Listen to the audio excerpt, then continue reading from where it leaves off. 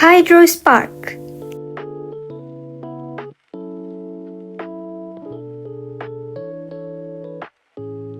Introduction. So let me explain about the core concept of our Apex mini project, which is the electrostatic Kelvin water dropper. So our main concept is about electrostatic force. Electrostatic force is a type of non-contact force between two charged particles.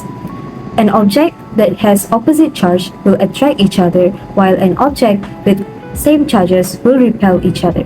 So example of electrostatic forces are when we rub the balloon against our hair and our hair gets pulled towards the balloon, or when we use a charged rod to bend the water from the tap.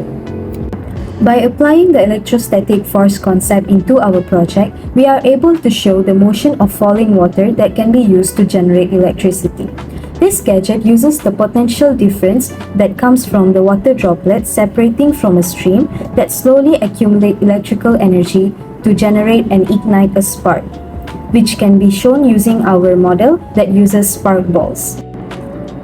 With water as a medium, this project illustrates how the mechanical energy from the falling water can be transformed into electrical energy without any additional power source. The basic ideas of electrostatic force, which is charge separation, potential difference, and induction, can also be observed in our experiment. Not only that, this experiment can also serve as an example of how natural sources can be utilized to produce electricity, and it can also be a very straightforward and simple explanation to help students to understand the concept of electrostatics. Objectives. I am here to present about objective of my project. There are about 4 objectives. First one is to demonstrate how electrostatic charges can be built up from neutral sources. Second is to observe how small amount of charges carried by falling water drops can build up high voltages. Third is to show electricity can be produced from neutral materials through induction. And lastly, which is the fourth, is to understand charge separation and accumulation. Methodology. This is our product called Hydrospark. We use recycled items and affordable materials to make this product. Firstly, we use PVC pipes as the frame in the shape of H from top to bottom. And then a plastic bottle is used to make it as a reservoir on top of the frame. The bottle will be connected to a dropper with 2 roots that can be stopped and also opened. Then 2 metal cans are used as the induction ring.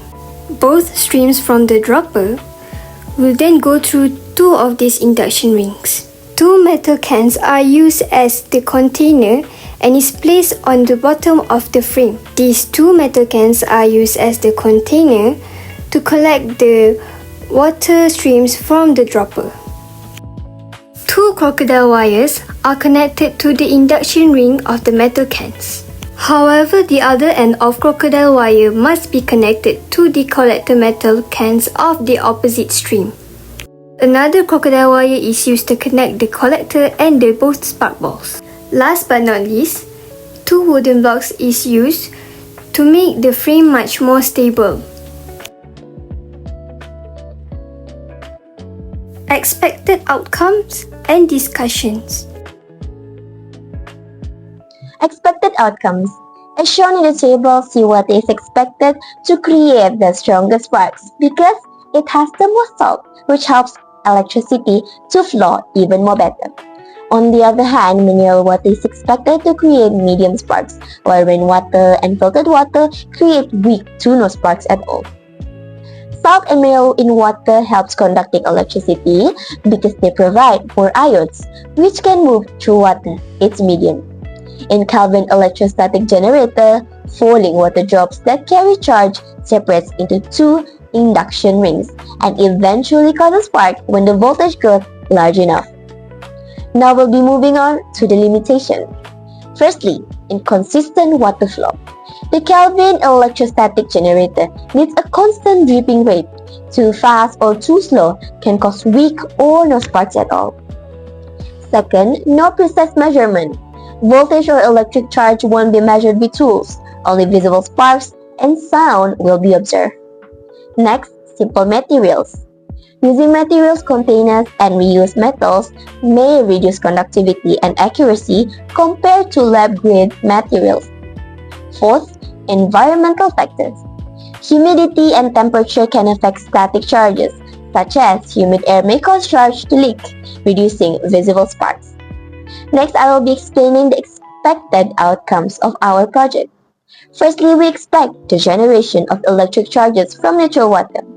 It means that even though water is electrically neutral, our system is able to create charge through movement and interactions.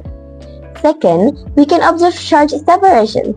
In this process, positive and negative become separated. These charges will be an important steps in producing usable electrical energy. Third, this experiment provides proof that mechanical energy can be converted into electrical energy. In our case, the movement of water itself acts as the mechanical energy source. And finally, we demonstrate a self-exciting electrostatic system. Once the process starts, it continues automatically as long as water flows continuously. That's all from me. Thank you. Conclusion. Conclusion. The Kelvin water dropper model shows that electrical charges can be produced from natural sources like water through the process of electrostatic induction. When water droplets fall through the inductors connected to the opposite collectors, they become charged and cause charge separation and develop difference potential. Over time, this results in a high voltage difference between the two containers, proving the mechanical energy from falling water can be converted into electrostatic energy. In conclusion, the model demonstrates the principle of electrostatic induction, charge separation, and energy conversion from natural sources without using any external power supply.